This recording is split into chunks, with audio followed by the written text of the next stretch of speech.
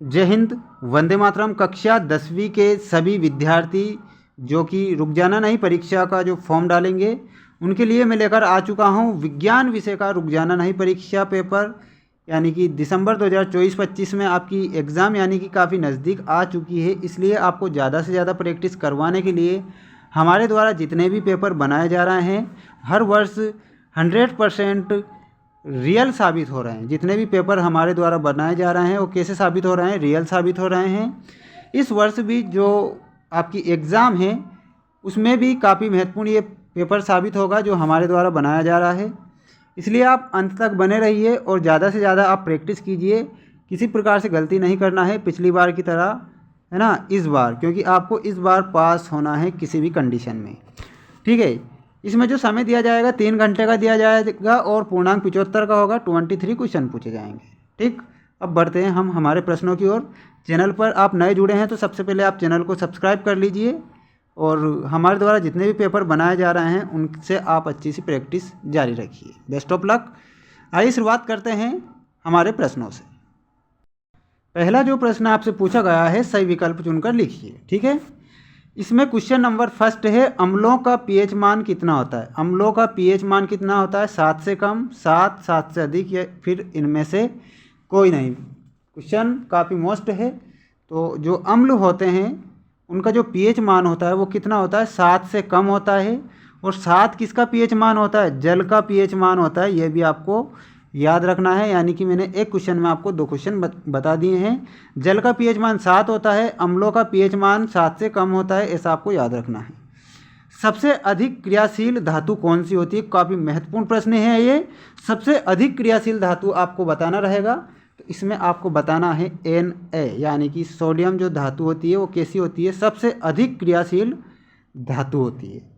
मनुष्य में वृक्क एक तंत्र का भाग है, वहाँ क्या होता है? पोषण होता है, श्वसन, उत्सर्जन, या फिर परिवहन? बताइए क्या होगा?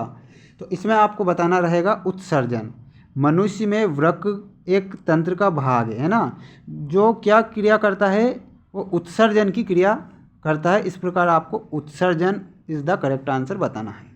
बढ़ते हैं नेक्स्ट क्वेश्चन की ओर। निम्नलिखित में से कौन सा पादप हार्मोन है? इंसुलिन, थायरॉक्सिन, एस्ट्रोजन, या फिर साइटोकाइनिन? तो इसमें आपको जो करेक्ट उत्तर बताना रहेगा वो बताना है ऑप्शन नंबर डी, साइटोकाइनिन। देखिए ये पादप हार्मोन है। क्या है? साइटोकाइनिन पादप हार्मोन है। कौन मानव में मादा जनन तंत्र का भाग नहीं है? मानव में मादा जनन तंत्र का भाग नहीं है, वो आपसे पूछा गया है। तो इसमें आपको जो करेक्ट उत्तर बताना रहेगा ऑप्शन नंबर सी, शुक्रवाहिनी। जो किसका भाग नहीं है? मादा जनन तंत्र का भाग नहीं है, बल्कि डिंब वाहिनी भी है, गर्भाशय भी है और अंडाशय भी है। शुक्रवाहिनी नहीं है, तो ये आपका गलत हो जाएगा। Option number C is the correct answer. मानव नेत्र के जिस भाग पर किसी वस्तु का प्रतिबिंब बनता है वो क्या कहलाता है? काफ़ी महत्वपूर्ण प्रश्न है। देखिए क्वेश्चन जो आपसे पूछा गया है, मानव नेत्र के जिस भाग पर किसी वस्तु का प्रतिबिंब बनता है वह क्या होता है? कॉर्निया, परितारिका, पुतली, दृष्टिपटल? तो मेरे प्यारे विद्यार्थियों क्या बताएंगे? दृष्टिपटल आप बताएंगे। ठीक है। इस प्रकार आपको मैंने सारे के सारे क्वेश्चन बता दिए हैं। अब हम बढ़ते हैं रिक्त स्थानों की पूर्ति कीजिए में। देखिए सारे के सारे आंसर भी आपकी स्क्रीन के सामने आ चुके हैं, ताकि आप किसी प्रकार से कंफ्यूज ना हो और आप स्क्रीनशॉट लेकर बाद में भी अच्छे से रिवीजन कर सकें। इसलिए हमारे द्वारा जितने भी पेपर बनाए जा रहे हैं उनके आंसर आपको देखने को इसी प्रकार मिलेंगे।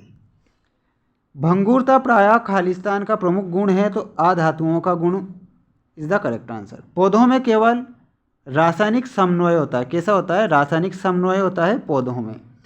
अपुष्पी पादपों में जनन होता है, तो अलैंगिक जनन आपको बताना है। अवतल लेंस एवं उत्तल दर्पण में प्रतिबिंब सदैव छोटा सीधा बनता है। विद्युत धारा का एसआई मात्रक एम्पियर आपको करेक्ट बताना है। कचरे का निपटान एक गंभीर कैसी समस्या है? पर्यावरणीय समस्या है। काफ़ी मोस्ट क्वेश्चन है, ये आपकी एग्जाम में छपेगा। अब हम बढ़ते हैं हमारे नेक्स्ट क्वेश्चन की ओर।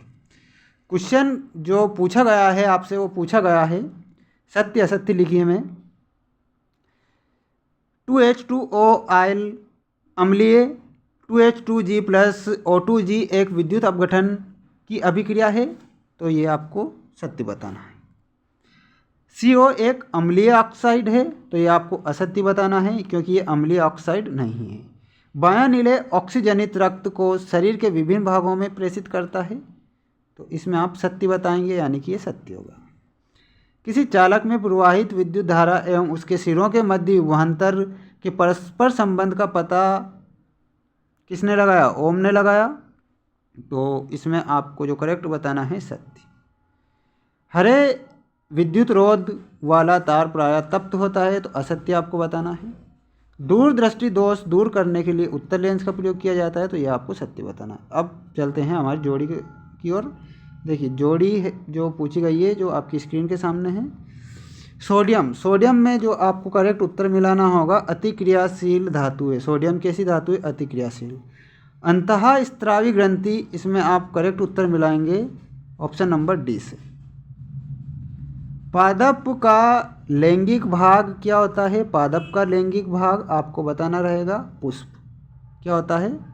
पुष्प। आनुवांशिक लक्षणों के वाहक में आप करेक्ट जो उत्तर बताएंगे वो क्या बताना है आपको? वो बताना है ऑप्शन नंबर है जीन्स। क्या बताएंगे? जीन्स से मिलाएंगे।